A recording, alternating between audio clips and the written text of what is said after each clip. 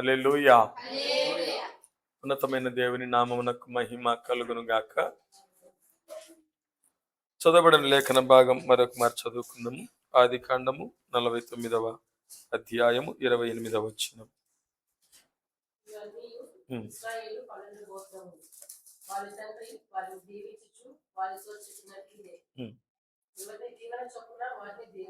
ఎవరి దీవెన చొప్పున వారిని దీవించెను. చదవబడిన లేఖన భాగమును దేవుడు మన వినికిడిలో ఆశీర్వదించును గాక.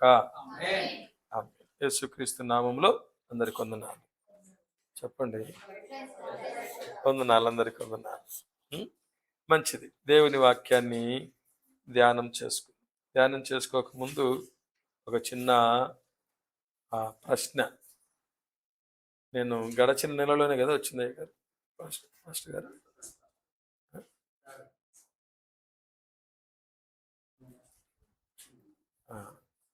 ఓకే, అప్పుడు వచ్చినప్పుడు ఒక అంశం చెప్పాను, ఏదైనా గుర్తుంటే చెప్పండి. అది మా అబ్బాయి పెళ్లి కాక ముందు వచ్చినప్పుడు చెప్పింది. గొప్ప విశ్వాసము. దేవుని నామ స్తుతి కలుగును గాక. సౌభాగ్యమని దేవుడు దీవించును గాక.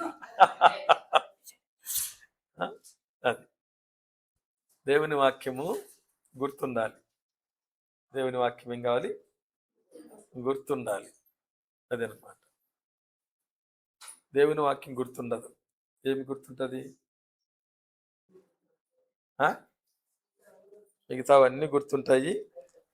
అవి తప్పితే దేవుడు చెప్పిన వాక్యం, దేవుని దాసుడు చెప్పిన వాక్యం గుర్తుండదు. కానీ దేవుడి దాసుడు ఏదన్నా మాట్లాడితే అది గుర్తుంటుంది. ఏది హృదయంలో పెట్టుకోవాలో అది పెట్టుకోరు, ఏది హృదయంలో పెట్టుకోకూడదో అది పెట్టుకుంటారు. వాక్యం చెప్తుంది ఏంటంటే, మీరు వ్యసనపడకుడి, అది కీడుకే కారణం. మీరు వ్యసనపడకుడి, అది కీడుకే కారణం. మత్సరపడకుడి, దుర్మార్గుని చూచి ఏం చేయొద్దు, మత్సరపడకుడి. ఏం తిట్టున్నాడు ఈ దుర్మార్గుడు అని అనుకున్నాం అనుకో, అది నీకు మంచిది కాదు, వానికి కూడా మంచిది కాదు, అనుకుని నీకు కూడా మంచిది కాదు. అయితే అది నీ హృదయంలో నువ్వు ఉంచుకోకూడదు అని. మంచిది. గడిచిన దినాలలో నేను వచ్చినప్పుడు ఒక అంశంలో నుండే 7 మాటలు నేను ప్రకటించడం జరిగింది. చాలా సంతోషం. గొప్ప విశ్వాసం. ఈ దినము దీవెన. అంశం ఏమిటి? దీవెన. ఇక్కడ యాకోబు దీవించిన విధానాన్ని 49వ అధ్యాయం మొదటి నుంచి 27వ వచనం వరకు యాకోబు దీవించిన విధానాన్ని ఇక్కడ వివరిస్తూ చివరిగా ఒక మాట అన్నాడు, ఎవరి దీవెన చొప్పున వారిని దీవించెను. దేవుని నామ స్తుతి కలుగును గాక.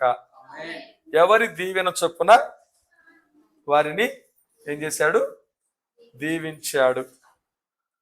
లోకంలో ప్రతి ఒక్కరూ ఏమి కావాలని ఆశ అంటే దీవింపబడాలి. ఏం చేయబడాలి? దీవింపబడాలి. ఏ విషయంలో దీవింపబడాలంటే అన్ని విషయములలో ఏం కావాలి? మేము దీవింపబడాలి.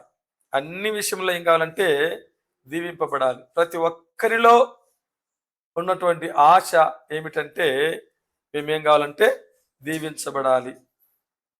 మంచోళ్ళకు అదే కోరిక, చెడ్డోళ్ళకు అదే కోరిక, దుర్మార్గులకు అదే కోరిక, నరహత్య చేసేవారికి కూడా అదే కోరిక కదా, బలాత్కారం చేసేవారికి అదే కోరిక. ఎందుకంటున్నానంటే నిర్గమాకాండం 12వ అధ్యాయంలోనికి రండి. అక్కడ ఒక మాటను మీకు జ్ఞాపకం చేస్తాను. నిర్గమకాండము 12వ అధ్యాయము 12వ అధ్యాయము నిర్గమకాండము 12వ అధ్యాయము 32వ వచనం చదువుకుందాం.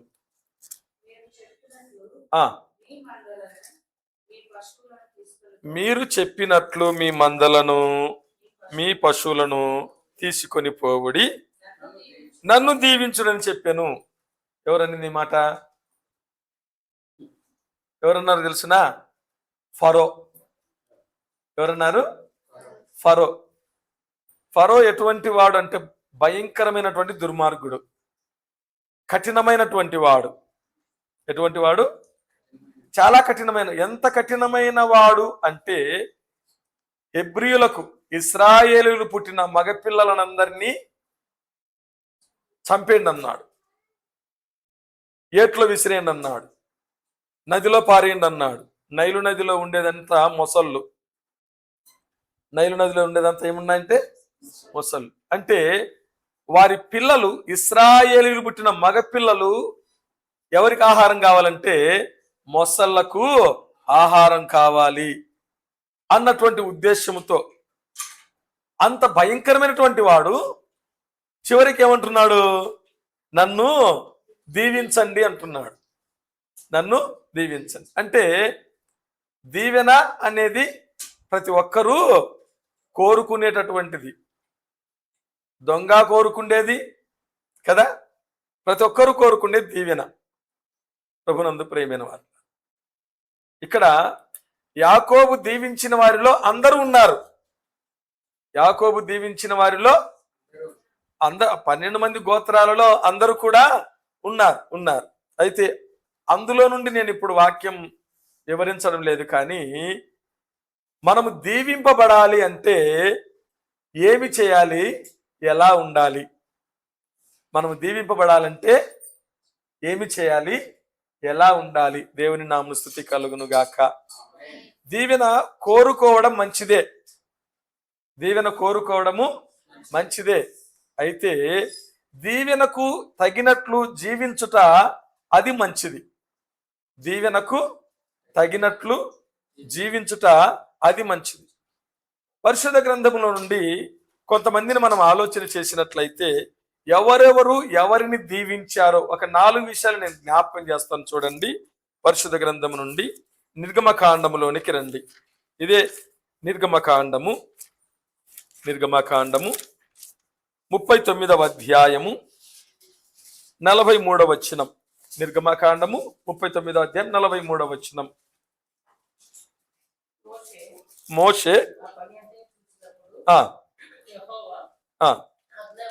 యెహోవా ఆజ్ఞాపించినట్లు వారు దానిని చేసియుండిరి, అలాగుననే చేసియుండిరి గనుక మోషే వారిని దీవించెను. దేవుని నామమున స్తుతి కలుగును గాక. గట్టిగా హల్లెలూయా. ప్రభునందు ప్రియమైన వారు, గనుక మోషే వారిని దీవించెను. గనుక అని ఎక్కడ వచ్చినా దాని ముందు ఏదో ఒక పని ఉందని అర్థం. గనుక అని ఎక్కడొచ్చినా దాని ముందు ఏదో ఒక పని ఉంది అని అర్థం. గనుక మోషే వారిని దీవించెను. ఎందుకు మోషే వారిని దీవించెను అంటే, ప్రభునందు ప్రియమైన వారలారా, మోషే చెప్పింది చెప్పినట్లు వారు చేశారు. మోషే చెప్పింది చెప్పినట్లు వారు చేశారు. ఆ భాగంలో వ్రాయబడిన మాట ఏమిటి అనగా, మోషే ఆ పని అంతయు చూచినప్పుడు యెహోవా ఆజ్ఞాపించినట్లు వారు దానిని చేసి ఉండిరి, అలాగుననే చేసి ఉండిరి. అలాగుననే చేసి, ఎక్కువ చేయలేదు, తక్కువ చేయలేదు. ఎక్కువ చేయలేదు, తక్కువ చేయలేదు. కొంతమంది చేస్తే ఎక్కువ చేస్తారు, కొంతమంది లేకపోతే తక్కువ చేస్తారు. చెప్పింది చెప్పినట్లు చేయరన్నమాట. ఉంటే లో ఉంటారు, లేకపోతే పైన ఉంటారు అన్నమాట కదా. యెహోవా ఆజ్ఞాపించినట్లు, యెహోవా ఆజ్ఞాపించినట్లు. యెహోవా ఎవరి చేత ఆజ్ఞాపించాడు? మోషే చేత ఆజ్ఞాపించాడు. ఎవరి చేత? మోషే చేత. మోషే ఎవరికి చెప్పాడు? ఇశ్రాయేలీయులకు చెప్పాడు. మోషే ఎవరికి చెప్పాడు? ఇశ్రాయేలీయులకు చెప్పాడు. ఇశ్రాయేలీయులు ఏం చేశారు? చెప్పింది చెప్పినట్లు చేశారు. దేవుని నామమున స్తుతి కలుగును గాక. ప్రభునందు ప్రియమైన వారు, ఇక్కడ మోషే వారిని దీవించాడు. మోషే వారిని దీవించాడు. ఎందుకు దీవించాడు మోషే వారిని? చెప్పింది చెప్పినట్లు అలాగుననే చేసి ఉండి గనుక మోషే వారిని దీవించాడు. మోషే దీవించాడు అంటే ఎవరు దీవించినట్లు చెప్పండి? దేవుడే. మోషే దీవిస్తే ఎవరు దీవించినట్లు? దేవుడే. వాక్యం ఏం చెప్తుందంటే, మిమ్మల్ని చేర్చుకున్నవాడు నన్ను చేర్చుకొనును, నన్ను చేర్చుకున్నవాడు నన్ను పంపిన తండ్రిని చేర్చుకొనును. దేవుని నామమున స్తుతి కలుగును గాక. దేవుని దాసుడు చెప్పాడు అంటే మనిషి చెప్పినట్లు కాదు. ఎవరు చెప్పినట్లు? దేవుడు చెప్పినట్లు. దేవుని దాసుడు చెప్తే, మనిషి చెప్తే విననవసరంలే. ఎవరు చెప్తే వినాలి? దేవుడు చెప్తే వినాలి. అక్కడ దేవుని మందిరమునకు కావలసినటువంటి సామాగ్రి లిస్టు చెప్పాడు. దేవుని మందిరమునకు కావలసిన సామాగ్రి లిస్ట్ అంతా చెప్పాడు. చాలా విషయాలు ఉన్నాయి అక్కడ. సముద్ర వత్సల తోళ్ళు అయితేనేమి, నూలైతేనేమి కదా, అవన్నీ కూడా ఇశ్రాయేలు ఒక్కటి కూడా తూచా తప్పకుండా చేశారు. గనుక మోషే వారిని ఏం చేశాడు? దీవించాడు. దేవుని నామమున స్తుతి కలుగును గాక. ఈ సమయమందు దేవుడు మనతో మాట్లాడుతున్నది ఏమిటంటే, ప్రభునందు ప్రియమైన వారలారా, మనము దీవింపబడాలి అంటే మొదటి కారణం, మొదటి మెట్టు, మొదటి అర్హత ఏమిటంటే దేవుని దాసుని మాటకు లోబడుట. హల్లెలూయా. ఏమిటంట? దేవుని దాసుని మాటకు ఏం చేయుట?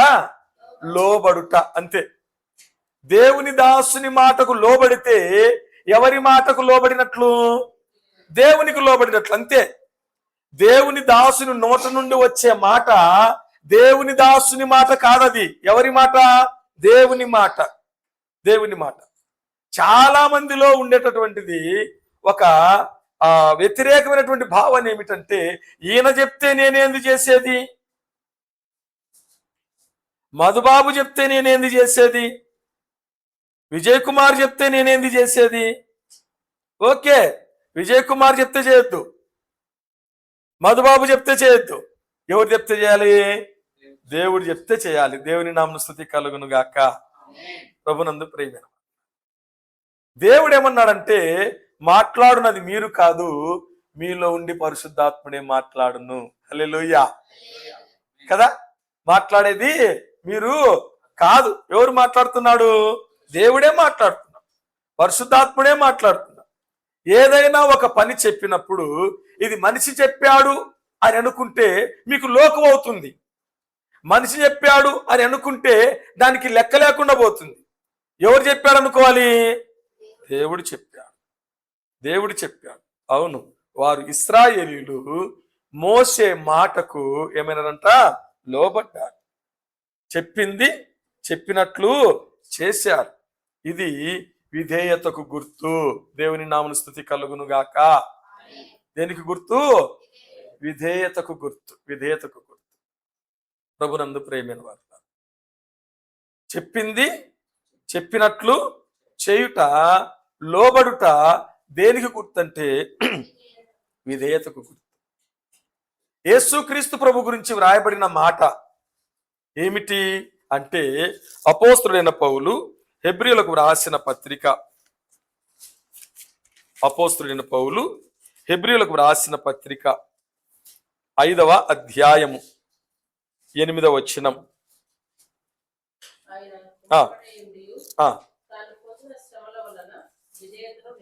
దేవుని నామమున స్తుతి కలుగును గాక. హల్లెలూయా. యేసుక్రీస్తు ప్రభు గురించి మాట్లాడిన మాట ఏమిటంటే, ఆయన కుమారుడయ్యుండియు. ఈ కుమారుడు ఎవరు? తండ్రితో సమానముగా ఉన్నవాడు. ఈ కుమారుడు ఎవరు? సర్వ సృష్టికర్త అయ్యుండియు. కలిగి ఉన్నదేదియు ఆయన లేకుండా కలుగలేదు. కలిగి ఉన్నదేదియు ఆయన లేకుండా కలుగలేదు. సర్వ సృష్టికర్త అయ్యుండియు, సర్వశక్తిమంతుడయ్యుండియు.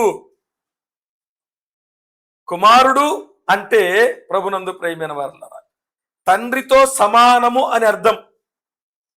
కుమారుడు అంటే తండ్రితో సమానం.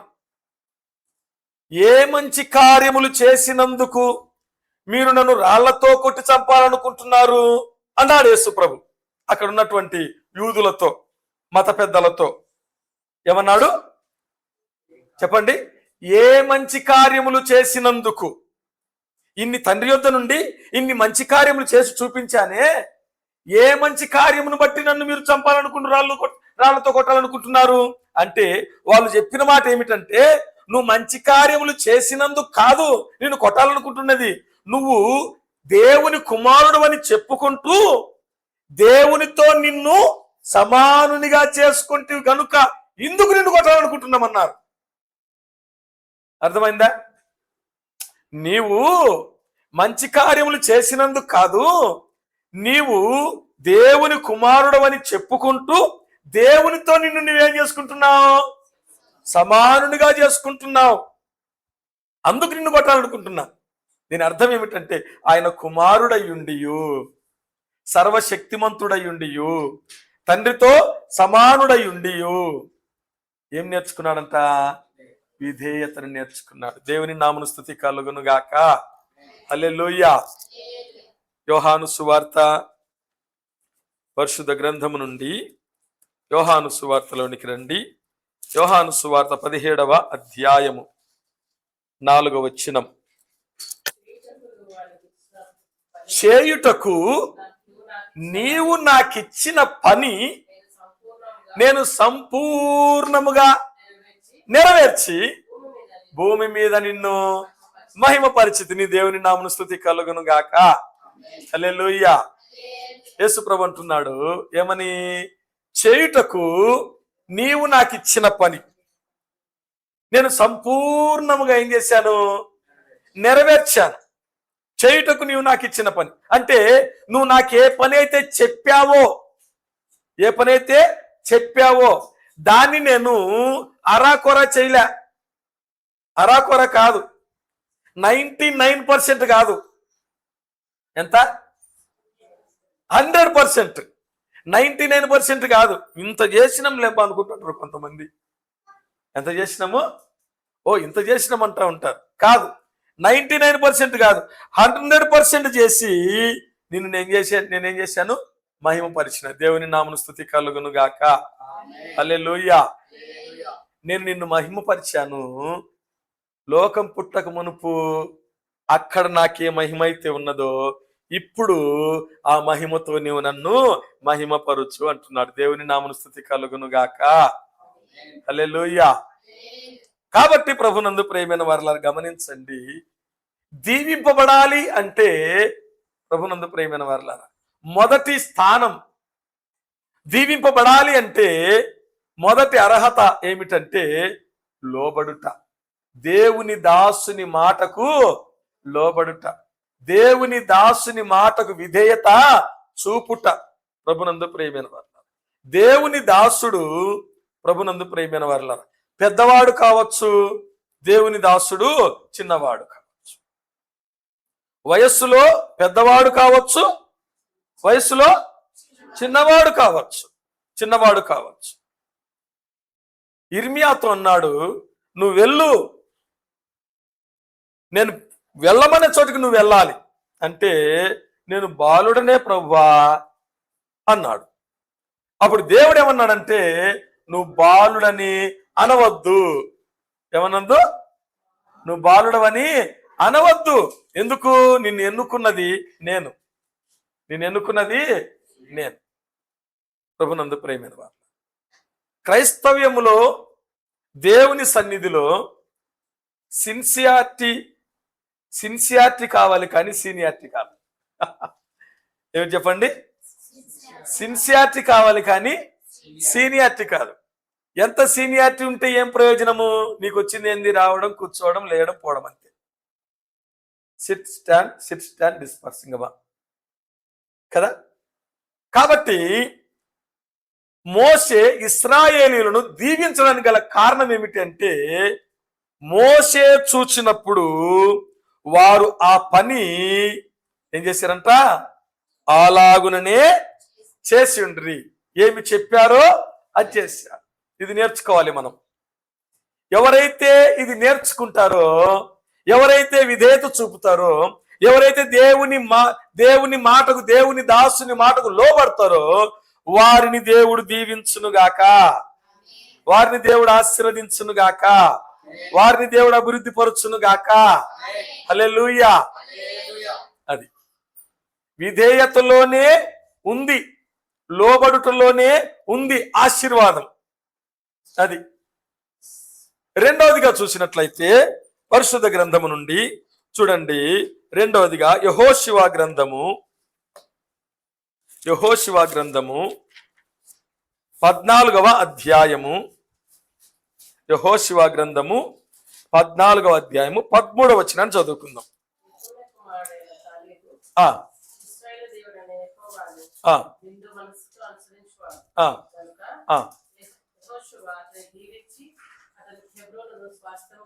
దేవుని నామమున స్తుతి కలుగును గాక. గనుక యెహోషువ అతనిని దీవించి హెబ్రోనును స్వాస్థ్యముగా ఇచ్చాను. గనుక యెహోషువ అతనిని దీవించి, గనుక ఎందుకు? ఇక్కడ కాలేబు ఉన్నాడు, కాలేబును యెహోషువ దీవించాడు. యెహోషువ దీవించాడు అంటే ఎవరు దీవించినట్లు? మళ్ళా దేవుడే. ఎందుకు? మోషే తరువాత దేవుడు ఎవరిని ఎన్నుకున్నాడంటే యెహోషువని ఎన్నుకున్నాడు. మోషే తర్వాత దేవుడు యెహోషువని ఎన్నుకున్నాడు. ప్రభునందు ప్రియమైన వారులారా, దేవుడు ఎవరిని తన పరిచర్యకి ఎన్నుకుంటాడో మనకు తెలియదు. ఎవరిని తన పరిచర్యకి ఎన్నుకుంటాడో మనకు తెలియదు. ప్రభునందు ప్రియమైన వారులారా, గమనించండి, పరిచర్యలో వారసత్వం కాదు కావాల్సింది. అర్థమవుతుందా? పరిచర్యలో వారసత్వం కాదు కావాల్సింది, దేవుని పరిచర్యలో వాడబడడం కావాలి. దేవుని పరిచర్యలో ఏం కావాలా? వాడబడడం కావాలి. మోషేను ఎడబాయలేదు ఎవరంటే యెహోషువ.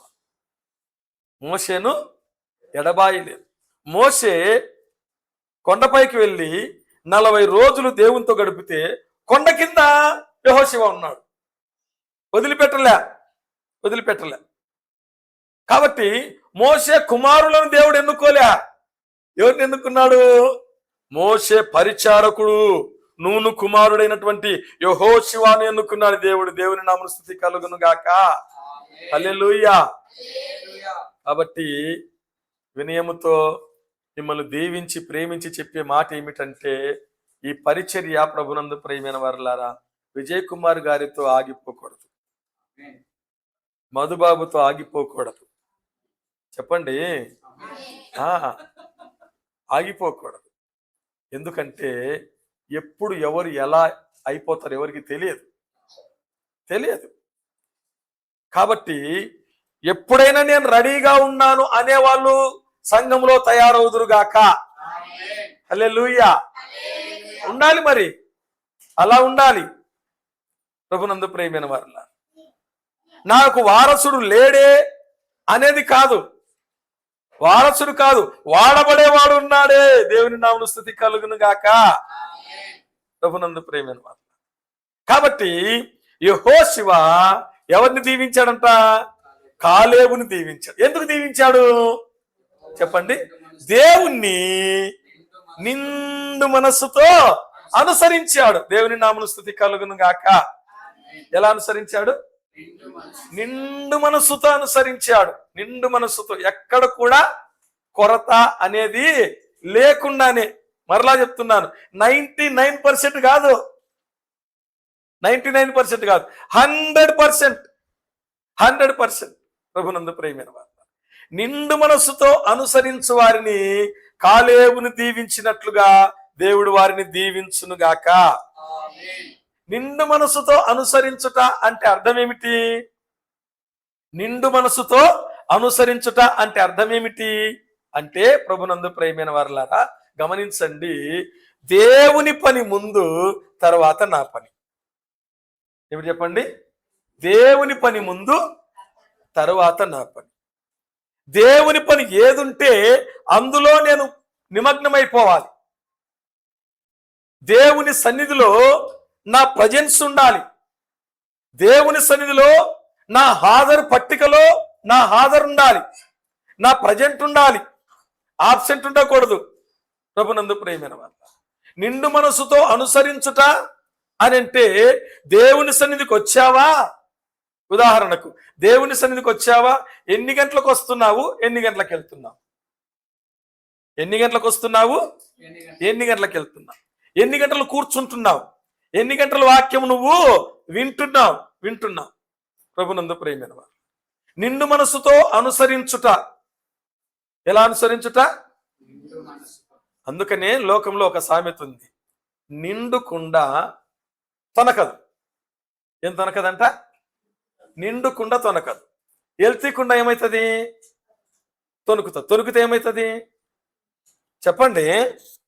కింద పడిపోతుంది. చిన్నప్పుడు బోరింగ్లు ఉన్నాయి, ప్లాస్టిక్ బిందెలు పట్టుకొని పోతాను. ఇంత బిందె ఎత్తుకొని పోలే అని చెప్పి సగమే కొట్టుకున్నాను నేను. వేరే ఒక ఆమె ఉన్నది, అత్త వరుస ఏమా, ఒరే నిండు బిందె ఎత్తుకోనంటే ఎత్తుకోలేని లేత నీకేం తెలుసు అని అన్నా. ఇది ఎత్తుకొని కొంచెం దూరం పోయి ఊగి కింద పడి పగిలిపోయింది. అదే నిండు బిందె అయితే, నిండుకుండ అయితే అది తొనకదు, బరువుగాని మోసుకొని ఇంటికి వెళ్ళవచ్చును. ప్రభునందు ప్రియమైన వారు, నిండు మనస్సుతో అనుసరించుట అనే దానికి ఈ యొక్క కాలేబు చక్కటి ఉదాహరణ చెప్పాడు. చూడండి, యెహోషువ గ్రంథము 14వ అధ్యాయము. యెహోషువ గ్రంథము 14వ అధ్యాయం 11వ వచనం చదవండి. మోషే నన్ను పంపిన నాడు నాకెంత బలమో, నేటి వరకు నాకెంత బలము.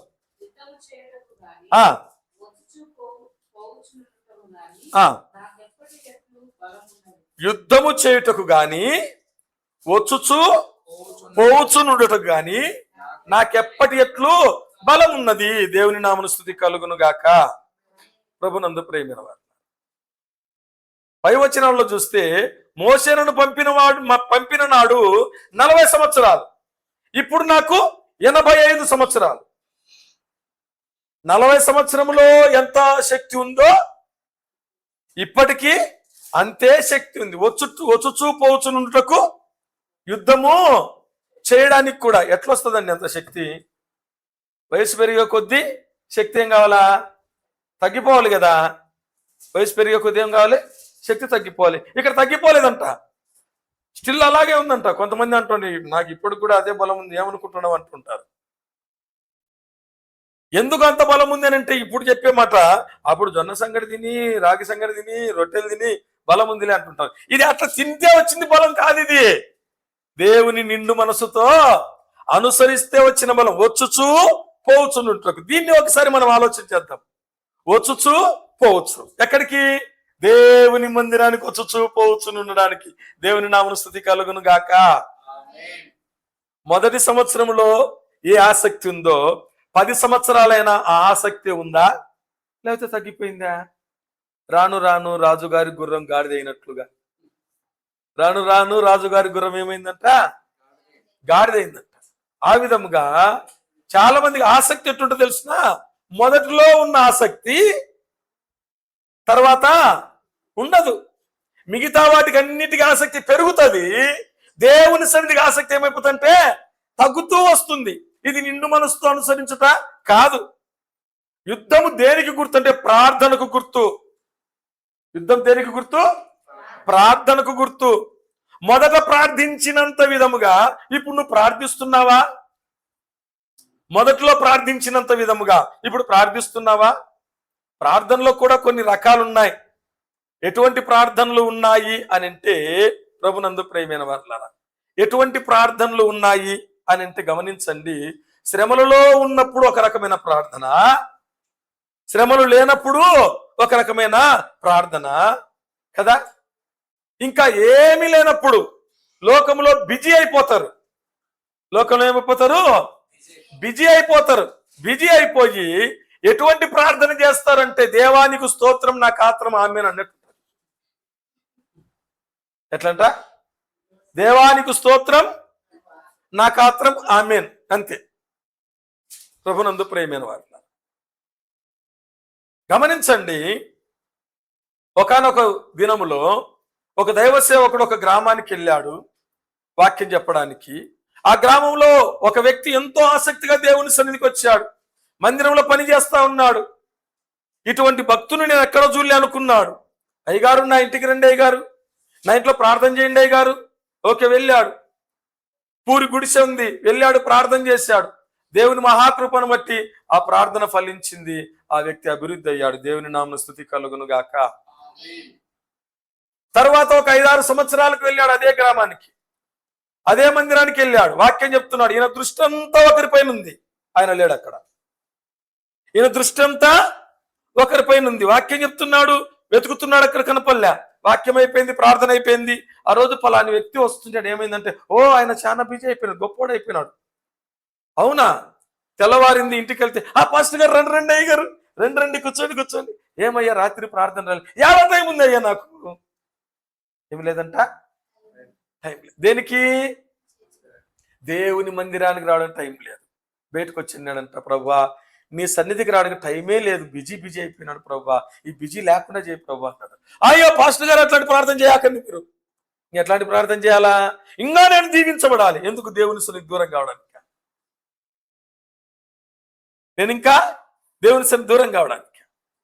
ప్రభునందు ప్రేమైన వారు, కాలేబుకు ఏమిచ్చాడంటే కొండ ప్రాంతాన్ని కోరుకున్నాడు.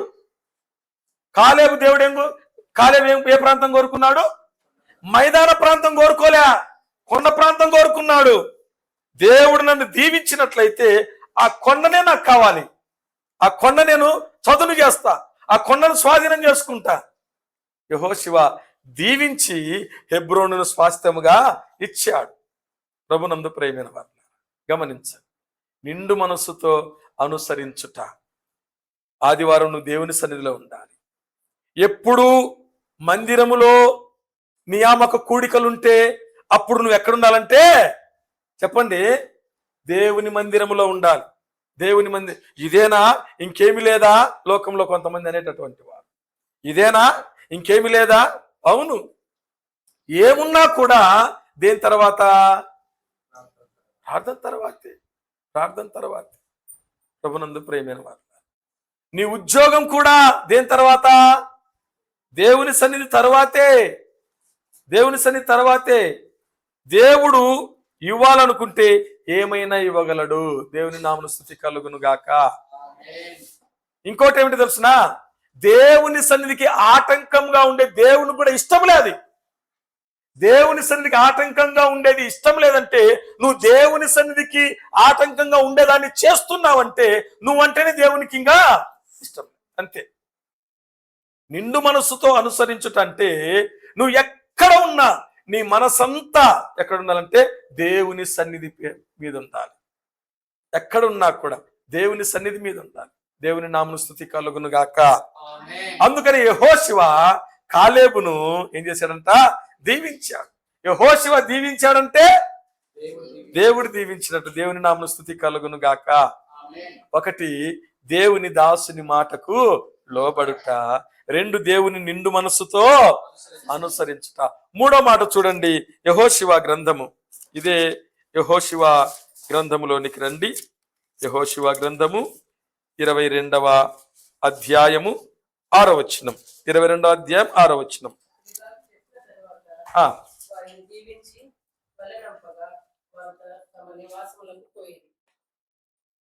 దేవుని నామమునకు స్తుతి కలుగును గాక. హల్లెలూయా.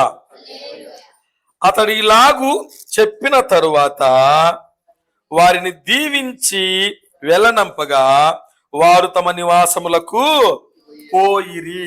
ఇక్కడ యెహోషువ కొంతమందిని దీవిస్తున్నాడు. ఎవరు వీరు అంటే రూబేనీయులు, గాదీయులు, మనష్షే అర్ధగోత్రపు వారు. 2.5 గోత్రపు వారు. రూబేనీయులు, గాదీయులు, మనష్షే అర్ధగోత్రపు వారు. ప్రభునందు ప్రేమైన వారు. యెహోషువ వారిని దీవించి పంపాడు, వారి స్వాస్థ్యములకు పంపాడు. ఎందుకు యెహోషువ వారిని దీవించి పంపాడు అని అంటే వారు చేసిన పని ఏమిటి? ప్రభునందు ప్రేమైన వారులారా, అంటే తమ సహోదరులకు సహకారులుగా ఉండుట. తమ సహోదరులకు ఎలా ఉన్నారంట? సహకారులుగా ఉండు. ఇశ్రాయేలీలు ఐగుప్తు దేశం నుండి బయలుదేరి వచ్చిన తర్వాత ప్రభునందు ప్రియమైన వారులారా, యోర్దానుకు రాకముందే అటుపక్క ఒక పెద్ద మైదానం కనపడింది. వాళ్ళకు ఒక పెద్ద మైదానం కనపడింది. అక్కడ చక్కగా మంచి గడ్డి ఉంది. వీళ్ళు పశువులు కలిగిన వారు కాబట్టి వాళ్ళు అన్నారు, మమ్మల్ని యోర్దాను దాటించవద్దు. రూబేనీయులము, గాదీయులము, మనస్య అర్ధగోత్రపు వారము మేము ఇక్కడే ఉంటాం, ఇక్కడే మాకు స్వాస్థ్యం ఇవ్వండి, మమ్మల్ని దాటియొద్దు అని అంటే మోషే ఏమన్నాడంటే అది కాదయ్యా, మీకు స్వాస్థ్యం దొరికిందని మీరు తీసుకుంటే మిగతా వాళ్ళు ఏం కావాలా? మీరు దీవింపబడితే సరిపోతుందా అని అంటే వాళ్ళు చెప్పిన మాట ఏమిటి? వాళ్ళు చెప్పిన మాట ఏమిటంటే, అయ్యా ముందు మా స్వాస్థ్యాన్ని ఇక్కడ చూసుకుంటాం, ఆ తర్వాత యోర్దాను మేము దాటుతాం, మా సహోదరుల కంటే ముందు మేము ఉంటాం. ఎవరికంటే? మిగతా వారికంటే ముందు మేము ఉంటాం. వారికి స్వాస్థ్యం దొరికినంత వరకు మా ఇండ్లకు తిరిగి రాము. హల్లెలూయా. ఎంతవరకు? వారికి మరలా స్వాస్థ్యము దొరికినంత వరకు తిరిగి మా ఇండ్లకు రాము. అది సంవత్సరం పట్టొచ్చు, 2 ఏళ్ళు పట్టొచ్చు, 3 ఏళ్ళు పట్టొచ్చు, 4 ఏళ్ళు పట్టొచ్చు, ఎన్ని సంవత్సరాలైనా కానీ.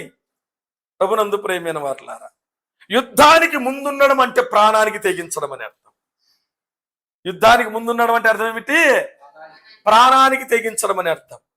ప్రభునందు ప్రియమైన వారులారా, వీరు ఎవరు అంటే సహకారులు. ఎవరు వీళ్ళు? సహకారులు ఎలా ఉంటారు? మేము దీవించబడితే చాలనుకోరు, మేము ఆశీర్వదింపబడితే చాలనుకోరు. మాతో కూడా మా సహోదరులు కూడా దీవింపబడాలి. హల్లెలూయా. మాతో కూడా మా తోటి వారు కూడా ఏం కావాలంటే దీవించబడాలి. దానికి మేము చేయవలసిన పని మేము చేస్తాం. దానికి ఏం చేస్తాము? మేము చేయవలసిన పని చేస్తాం. చాలా మంది ప్రార్థన చేస్తామంట. ఏం చేస్తాము? ప్రార్థన చేస్తామంట. లోకంలో ఒక సామెత ఉంది, ప్రార్థన చేసే పెదవుల కన్నా సహాయం చేసే చేతులు మిన్న. దేవుని నామమున స్తుతి కలుగును గాక. ప్రార్థన మంచిదే, దాన్ని తప్పులు పట్టడంలే. ప్రార్థన మంచిదే. ప్రభునందు ప్రియమైన వారులారా, ప్రార్థన చేసే నీవు ఏం చేసేవాళ్ళుగా ఉండాలంటే సహాయం చేసేవారు, సహకారులుగా ఉండాలి. ఎలా ఉండాలి? ప్రతి ఒక్కరికి ఇది నిస్వార్థమైన మనస్సు. ఏ మనస్సు? నిస్వార్థమైన మనస్సు. నేను బతికితే చాలు అనుకునేది కాదు, నేను దీవింపబడితే చాలు అనుకునేది కాదు. నాతో పాటు నా వాళ్ళు ఉన్నారు, నా సహోదరులు ఉన్నారు, నా సంఘస్థులు ఉన్నారు. వారికి నేను ఎలా ఉండాలి? సహకారులుగా. ఆ సహకారుల పేరులు ఫిలిప్పీలకు రాసిన పత్రిక పరిశుద్ధ గ్రంథము నుండి అపోస్తలుడైన పౌలు ఫిలిప్పీలకు రాసిన పత్రిక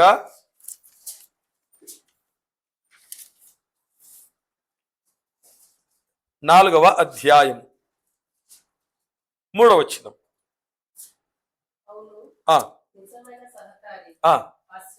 ఆ స్త్రీలు క్లెమెంతుతోనూ నా ఇతర సహకారులతోనూ ప్రయాసపడిన వారు గనుక వేడుకొనుచున్నాను. ఆ సహకారుల పేర్లు జీవగ్రంథమందు వ్రాయబడి ఉన్నవి. దేవుని నామమున స్తుతి కలుగును గాక. నువ్వు సహకారిగా ఉంటే దేవుని సేవకునికి, దేవుని సేవకునిలో పనిలో, దేవుని సంఘములో నీ సహోదరులకు, నీ సహోదరులకు సహకారిగా ఉంటే నీ పేరు జీవగ్రంథములో ఉండును గాక, నీ పేరు జీవగ్రంథములో వ్రాయబడును గాక. హల్లెలూయా. వాక్యం ఏం చెప్తుందంటే అందరూ తమ సొంత కార్యములే చూసుకొనుచున్నారు. అదే ఫిలిప్పీలకు రాసిన పత్రిక 2వ అధ్యాయం 21వ వచనం. అందరూ తమ సొంత కార్యములే చూసుకొనుచున్నారు గాని యేసుక్రీస్తు కార్యములు చూడరు. ఇక్కడ తిమోతి గురించి పౌలు చెప్తా ఉన్నాడు.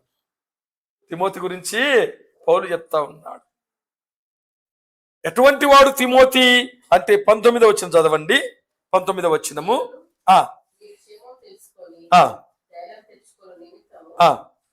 తిమోతిని శీఘ్రముగా మీ వద్దకు పంపుటకు నిరీక్షించుచున్నాను.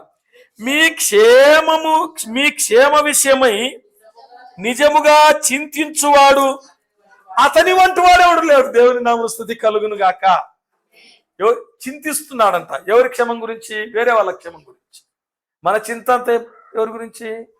మన చింత గురించే. మన చింత గురించి, మన గురించే మన చింత. ఇక్కడ తిమోతికి తన గురించి చింత లేదంట. ఎవరి గురించి చింత? ఇతరుల గురించి, వేరే సంఘముల గురించి, తన సహోదరుల గురించి. ప్రభునందు ప్రియమైన వాళ్ళ, అందుకనే అక్కడ రాయబడిన మాట, ఆ సహకారుల పేర్లు జీవగ్రంథమందు రాయబడి ఉన్నాయి. దేవుని నామమున స్తుతి కలుగును గాక. కాబట్టి గమనించండి, రూబేనీయులు, గాదీయులు, మనష్షే అర్ధగోత్రపు వారిని యెహోషువ దీవించాడు. కారణం ఏమిటంటే వారు సహకారులుగా ఉన్నారు.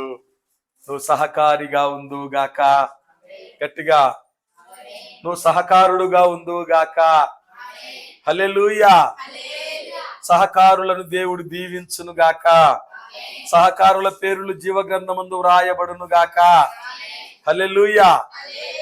ప్రభునందు ప్రియమైన వారు, కాబట్టి మొదటిగా దేవుని దాసుని మాటకు లోబడుట, రెండవదిగా దేవుని నిండు మనసుతో అనుసరించుట, మూడవదిగా అన్ని విషయములలో మనం సహకారులముగా ఉండుట. సహకారులముగా ఉండు, ఇది గొప్ప సంగతి. సహకారులుగా ఉండడము గొప్ప సంగతి. భార్యను భర్తకు ఎలా ఇచ్చాడు? సహకారిగా ఇచ్చాడు. భార్యను భర్తకు ఎలా ఇచ్చాడు?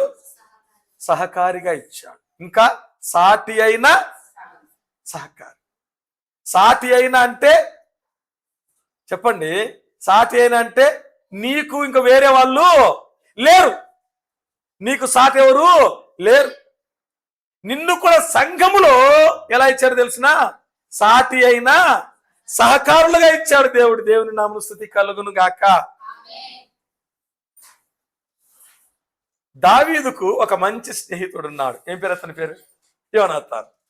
దావీదుకు ఒక మంచి స్నేహితుడు ఉన్నాడు, యోనాతాను. యోనాతాను ఎవరు? సౌలు కుమారుడు. సౌలు ఎవరు? రాజు. రాజకుమారుడు ఎవరు? తిరిగి ఏం కావాలా? రాజు కావాలి. రాజకుమారుడు ఏం కావాలా? రాజు కావాలి. అయితే యోనాతాను, నేను రాజును కావాలనుకోలే, ఏమంటుంది తెలిసిన? నువ్వు రాజు అవుతావు, నేను సహకారిని అవుతా. దేవుని నామమున స్తుతి కలుగును గాక. హల్లెలూయా. సహకారులుగా ఉండడం గొప్ప ధన్యత. సహకారులుగా ఉండడం గొప్ప బాధ్యత. చాలా మంది ఈ ధన్యతను, ఈ బాధ్యతను ఏం చేస్తారంటే నిర్లక్ష్యం చేస్తారు, పోగొడతారు. నాకేమి, ఏమిటి చెప్పండి? నాకేం పని? కొంతమంది ఇట్లా అంటారన్నమాట. దీని అర్థం ఏంటి చెప్పండి? నాకేమి కదా. ఇట్లా అంటే అర్థం ఏంటంటే, ఇలా చేస్తే నాకేంది అని. నీకు ఏమిటో ప్రభునందు ప్రియమైన వారలారా, ఇక్కడ ఒకవేళ కనిపించినా కనిపించకపోయినా నిత్య జీవం ఉంటుంది. దేవుని నామమున స్తుతి కలుగును గాక. హల్లెలూయా.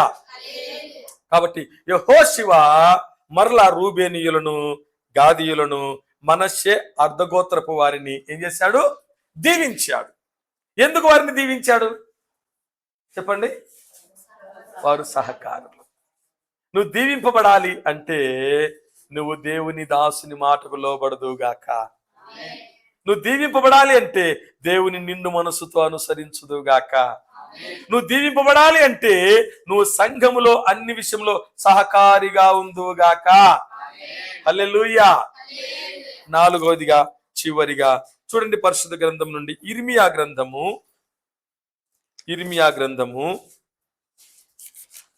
35వ అధ్యాయము. ఇర్మియా గ్రంథం 35వ అధ్యాయం 19వ వచనం చదువుకుందాం.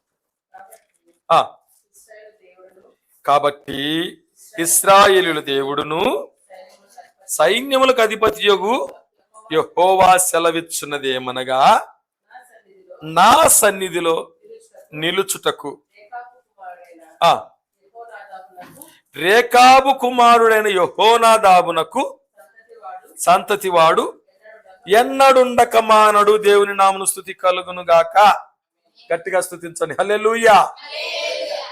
దేవుడే డైరెక్ట్ గా ఒక సంతతి వారిని దీవిస్తా ఉన్నాడు. దేవుడే డైరెక్ట్ గా ఒక సంతతి వారిని దీవిస్తా ఉన్నాడు. ఎవరా సంతతి వారు? యెహోనాదాబు సంతతి వారు. రేకాబు కుమారుడైన యెహోనాదాబు సంతతి వారిని దేవుడే దీవించాడు. ఇది ఉన్నతమైనటువంటి దీవెన. ఇది ఎటువంటి దీవెన చెప్పండి? ఉన్నతమైన దీవెన.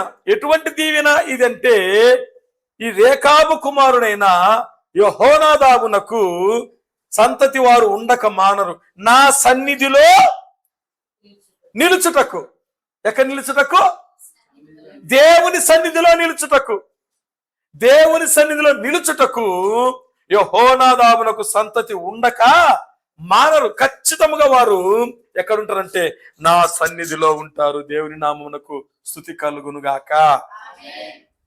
ఎందుకు వారిని దేవుడు అంతగా దీవించాడు అంటే, వారు మాట తప్పని వారు. వారెవరు? మాట తప్పని వారు. మాట తప్పని వారు. ప్రభునందు ప్రేమైన వారు. దేవుడు ఇర్మియాతో ఏమన్నాడంటే, ఇర్మియా నువ్వేం చేస్తావంటే యెహోనాదాబు సంతతి వారి దగ్గరికి వెళ్ళు. రేకాబు కుమారుడైన యెహోనాదాబు సంతతి వారి దగ్గరికి వెళ్ళు.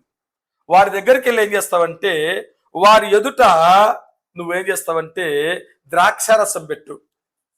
లేకపోతే వారి ఎదుట మనకు అర్థమయ్యేలాగా చెప్తున్నాను, బీరు బాటలు పెట్టు అన్నాడు. ఏం పెట్టమన్నాడు? బీరు బాటలు పెట్టు, లేకపోతే మందు బాటలు పెట్టు. పెట్టి తాగమని చెప్పు. ఎవరు చెప్తున్నారు? దేవుడు చెప్తున్నాడు. వింటున్నారా? వింటున్నారా? అర్థమైందా? అర్థమైందా? అర్థమైందా? అర్థమైందా? అర్థం అంటే సగమే అని అర్థం కదా. ఓకే, ఎవరు చెప్తున్నారు? దేవుడు చెప్తున్నాడు. నాయనా యెహోనాదాబు సంతతి వారులారా మీరందరూ రండి. ఇదిగో దేవుడు ఏమన్నాడంటే మిమ్మల్ని తాగమంటున్నాడు. ఏమంటున్నాడు? మిమ్మల్ని మందు కొట్టమంటున్నాడు. అబ్బో, ఇంకా ఎవరికైనా పట్టుపగ్గాలు ఉంటాయా? దేవునికే భయపడి కొట్టకుండా మందుగా తాకుండా ఉన్నాము. ఇప్పుడు ఎవరు చెప్తున్నారు మందు కొట్టమని? దేవుడే చెప్తుంటే ఇంక మేము ఎక్కడ ఆగుతాం అని అంటున్నారా? చెప్పండి. మాలో ఎవరైనా విజయ్ కుమార్ గారు కానీ మధుబాబు కానీ తాగొద్దని చెప్పేవాళ్ళు కదా, చెడు పనులు చేయొద్దని చెప్పేటటువంటి వారు, దేవుడు నాతో చెప్పినాడు, మీరు మందు తాగమన్నాడు, నన్నే తీసుకొచ్చి ఇమ్మన్నాడు అని చెప్పి మందు బాటలు తెచ్చి ముందు పెడితే వారు ఇంకా దానికి తోడు ఏం తెచ్చుకుంటారంట కదా. ఎందుకు? పర్మిషన్ గ్రాంటెడ్ అంట. భార్య భర్తకు పర్మిషన్ ఇచ్చినట్లుగా కొంతమందికి ఇళ్ళల్లో ఇస్తుంటారు అన్నమాట. ఈరోజు తాగుతా పని అంటే పో మంచిది పో కదా. అట్లా దేవుడే చెప్తున్నాడు మీరు తాగండి అంటే మేము తాగమన్నారంట. ఇదేందయ్యా? దేవుడే చెప్తున్నాడు మీరు తాగమని. దేవుడు చెప్పినా మేము తాగమయ్యా. కారణం ఏమిటి? మేము మా తండ్రి అయిన యెహోనాదాబుకు మాట ఇచ్చాము. దేవుని నామమున స్తుతి కలుగును గాక. యెహోనాదాబు చనిపోయే ముందు ఒక మాట తీసుకున్నాడు వాళ్ళ దగ్గర. ఏమనంటే, మీరు గాని మీ పిల్లలు గాని పిల్లలు గాని ఎప్పుడు కూడా ద్రాక్షరసం తాగకూడదు. అంటే మద్యాన్ని మీరు సేవించకూడదు. అలాగని ఇండ్లు కట్టించుకోకూడదు. ఏమిటి? ఇండ్లు కూడా కట్టించుకోకూడదు. కాబట్టి మా పితరుడైనటువంటి యెహోనాదాబు మాట ప్రకారము నేటి వరకు మేము గుడారాలలోనే ఉంటున్నాము. దేవుని నామమున స్తుతి కలుగును గాక. ఇండ్లు కట్టుకునే స్తోమత ఉన్నా మేము గుడారాలలో ఉంటున్నాము, నేటి వరకు ద్రాక్షరసం త్రాగకుండా ఉన్నాము. ఏందయ్యా, మాట తీసుకున్నాడు చచ్చిపోయాడు కదా. మనిషి చచ్చిపోవచ్చు కానీ మాట చచ్చిపోదు. అర్థమవుతుందా?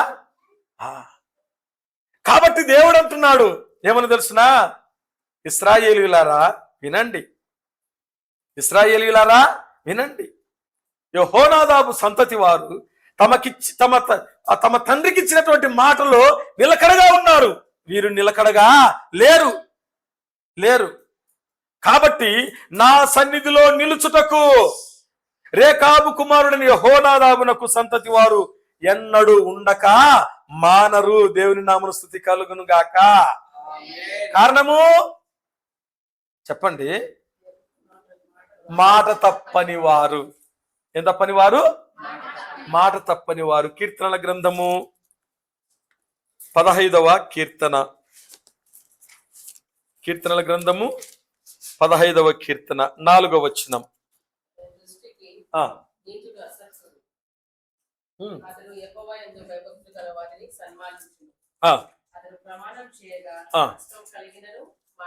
దేవుని నామమున స్తుతి కలుగును గాక. అతడు ప్రమాణము చేయగా నష్టము కలిగినను మాట తప్పడు. ప్రమాణము చేయగా నష్టము కలిగినను మాట తప్పడు. ఎవరు నీతిమంతుడు? ఎవరు నీతిమంతులు? దేవుని నమ్మిన వారు. నీతిమంతులు అంటే ఎవరంటే దేవుణ్ణి నమ్మిన వారు. అక్కడ రాయబడింది మాట ఏమిటంటే, ప్రభునందు ప్రియమైన వారలారా 2వ వచనం, యథార్థమైన ప్రవర్తన కలిగి నీతిని అనుసరించుచు హృదయపూర్వకముగా నిజం పలుకువాడే. అట్టివాడు నష్టము కలిగినను అతడు ప్రమాణము చేయగా నష్టము కలిగినను మాట తప్పడు. లోకంలో ఎటువంటి వారు ఉన్నారంటే, ప్రభునందు ప్రియమైన వారలారా, అవసరానికి ఎంతైనా వడ్డీ పెడతామంటారు. జాగ్రత్త వినండి. అవసరం గడిచేదానికి ఎంత వడ్డీ అయినా సరే అంటారు. అవసరం గడిచిపోతే వీడు దుర్మార్గుడు, వీడు అన్యాయస్తుడు, ఇంత వడ్డీ తీసుకుంటున్నారు. వడ్డీ అంటే తెలుసు కదా, ఇక్కడ మిత్తి అంటారు. ఈ తెలంగాణ భాషలో మిత్తి అంటారు అనమాట. మాకు అక్కడ వడ్డీ అంటారు కదా. తీసుకునేటప్పుడు తెలియదా వాడు దుర్మార్గుడే. వాడెవరు? దుర్మార్గుడే. వాడు ఎంత వడ్డీకి ఇస్తున్నాడో వాడు మాత్రం దుర్మార్గుడే. తెలిసి నువ్వేం చేస్తున్నావు? తీసుకున్నావు కదా. ఎందుకు తీసుకున్నావు? నీ అవసరాన్ని బట్టి తీసుకున్నావు. అవసరం గడిచిపోయింది. అవసరం గడిచిపోయిన తర్వాత ఇప్పుడు ఏమైనాడు? అవసరానికి ఇచ్చేటప్పుడు దేవుడైనాడు. అప్పుడు 10 రూపాయలు వడ్డీనే, ఇప్పుడు 10 రూపాయలు వడ్డీనే. అప్పుడు 20 రూపాయలే, ఇప్పుడు 20 రూపాయలే. అప్పుడు 5 రూపాయలే, ఇప్పుడు 5 రూపాయలే. అప్పుడేమో దేవుడైనాడు, ఇప్పుడేమో దయ్యమైనాడు. ఎప్పుడు నువ్వు ఇచ్చేటప్పుడు కదా. ప్రభునందు ప్రియమైన వారు, వాడు మంచి అని చెప్పడంలే. ఎవరు? వడ్డీకి ఇచ్చేవాడు మంచి అని చెప్పడంలే. తీసుకునే నీకు తెలిసే నువ్వు తీసుకున్నావు, అది నష్టము కాని గాక తీర్చాలి. దేవుని నామమున స్తుతి కలుగును గాక. ఎవరంటే దేవుని నమ్మిన వారు. ఆ తర్వాత దేవుని సన్నిధికి ఇచ్చిన మాట, దేవుని సన్నిధిలో ఇచ్చిన మాట నష్టము కలిగినను ఏం చేయకూడదు? మాట తప్పకూడదు. నేను వేంపల్లిలో రాజనగర్ కాలనీలో 2007వ సంవత్సరంలో పరిచర్యకి వెళ్ళాను. నేను పరిచర్యకి వెళ్ళినప్పటి నుంచి 2007వ సంవత్సరము, 8వ సంవత్సరము, 9వ సంవత్సరం వరకు స్టోర్ బియ్యమే తింటా వచ్చినాం. ఏ బియ్యం తింటా వచ్చినాము? స్టోర్ బియ్యమే తింటా వచ్చినాం. ఎవరన్నా మమ్మల్ని ప్రార్థనకు పిలిస్తే వారు భోజనం పెట్టినప్పుడు, అయ్యా మా ఇంట్లో స్టోర్ బియ్యమే ఉండేదంటే, మేము తినేది కూడా అదేలేమ్మా, ఏమాత్రం కూడా సందేహపడాకండి అని చెప్పేటటువంటి వారం. ఆ తరువాత జరిగిన పరిస్థితి ఏమిటంటే, కుమరాంపల్లి అనే గ్రామం నుండి ఒక వ్యక్తి దేవుని నమ్ముకొని, అన్యుడు దేవుని నమ్ముకొని దేవుని సన్నిధికి వచ్చాడు. దేవుని వాక్యం విన్నాడు. ఈ వాక్యం విన్న తర్వాత అతనికి పొలములో, ప్రభునందు ప్రియమైన వారలారా, పొలం పండింది, ఆ వేరుశెనగ చెనక్కాయ వేశాడు, నష్టం వచ్చింది. కనీసం లేదంటే 1,50,000 రావాల్సింది ఎంత వచ్చిందంటే 26,500 వచ్చింది. పెట్టిన ఖర్చు కూడా రాలే. 26,500 వస్తే 2,650 రూపాయలు కానుక తెచ్చి ఇచ్చినాడు. దేవుని నామమున స్తుతి కలుగును గాక. వింటున్నారు జాగ్రత్తగా? నష్టం కలిగినను మాట తప్పడు కదా. ఆ తర్వాత పంట వేశాడు. 66 మూటలైనవి ఒడ్లు. దేవుని నామమున స్తుతి కలుగును గాక. అందరికి తక్కువైనాయి, ఇతనికి ఎక్కువైనాయి. 66 మూటలు వడ్లయితే 6.5 మూట వడ్లు తెచ్చేసినాడు. దేవుని నామమున స్తుతి కలుగును గాక. నాటి నుంచి నేటి వరకు మేము దేవుని కృపను బట్టి స్టోర్ బియ్యం కాకుండా వడ్ల బియ్యం తింటున్నాం. అవి కూడా వడ్ల బియ్యమేలేండి కదా. అంటే జీలకర్ర మసూర బియ్యము తింటున్నాం. దేవుని నామమున స్తుతి కలుగును గాక. హల్లెలూయా. కారణం ఏమిటంటే అతడు ప్రమాణం చేయగా నష్టము కలిగినను మాట తప్పడు. దేవుని పిల్లలు మాట తప్పేవాళ్ళుగా ఉండకుందురుగాక. మన నోట నుండి వచ్చిన మాట, తండ్రి యెహోవాకు మాట ఇచ్చి ఉంటివా? ఎవరన్నారు ఈ మాట? యెఫ్తా కుమార్తె. అమ్మా ఎంత పని చేసావమ్మా, యెహోవాకు నేను మాట ఇచ్చానమ్మా, నా ఇంటి నుండి బయలుదేరేది నేను దేవునికి ప్రతిష్ఠిస్తానన్నాను. తండ్రి యెహోవాకు మాట ఇచ్చింటివా? నీ నోట నుండి బయలు వెళ్ళిన మాట చొప్పున నాకు చెయ్యి. దేవుని నామమున స్తుతి కలుగును గాక. తన కన్యాత్వమును త్యాగము చేసింది. జీవితాంతం ఆమె కన్యగానే మిగిలిపోయింది. దేవుని నామమున స్తుతి కలుగును గాక. జీవితాంతం ఆమె ఏం చేసింది? ఆమె మాట ఇయ్యలే. ఎవరిచ్చినారు? ఆమె తండ్రి ఇచ్చినాడు. అమ్మాయి ఆ యవనస్తురాలు మాట ఇవ్వలే. ఎవరు మాట ఇచ్చినారు? తండ్రి ఇచ్చినాడు. తండ్రి మాట ఇస్తే ఈమె ఏమంటుందంటే, తండ్రి యెహోవాకు మాట ఇచ్చి ఉంటివా? నీ నోట నుండి బయలు వెళ్ళిన మాట చొప్పున నాకు చెయ్యి. నా జీవితాంతం నేను కన్యగానే ఉంటా. బా ఎంత త్యాగమో చూడండి. జీవితాంతం నేను ఎలా ఉంటాను? కన్యగానే. కోరికలు త్యజించేసి తన జీవితాన్ని దేవునికి అంకితం చేసింది. దేవుని నామమున స్తుతి కలుగును గాక. హల్లెలూయా. సమయం దేవుడు మనతో మాట్లాడుతున్నాడు. గమనించండి. నువ్వు దీవింపబడాలి అంటే నీవు మాట తప్పకుండా నమ్మకముగా ఉందువుగాక. హల్లెలూయా.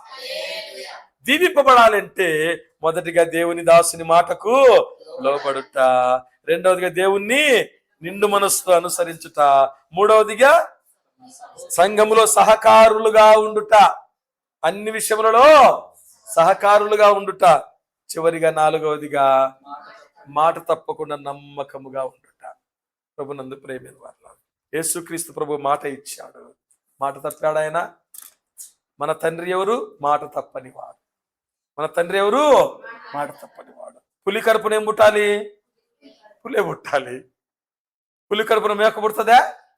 మాట తప్పని దేవునిలో మనం ఏమై ఉండాలా? మాట తప్పని వారమై ఉండాలి. ఎవరైతే ఇలాగూ చేస్తారో వారు దీవింపబడతారు. ఆ దీవెన ఎక్కడ దాకా తీసుకెళ్తుందంటే నిత్య రాజ్యంలో తీసుకెళ్తుంది. అట్టి కృప దేవుడు మనకందరికి దయచేయును గాక. దేవుడు తన వాక్యమును మన వెనుకల్లో దీవించును గాక. ఆమేన్. ఆమేన్. అందరికీ వందనాలు.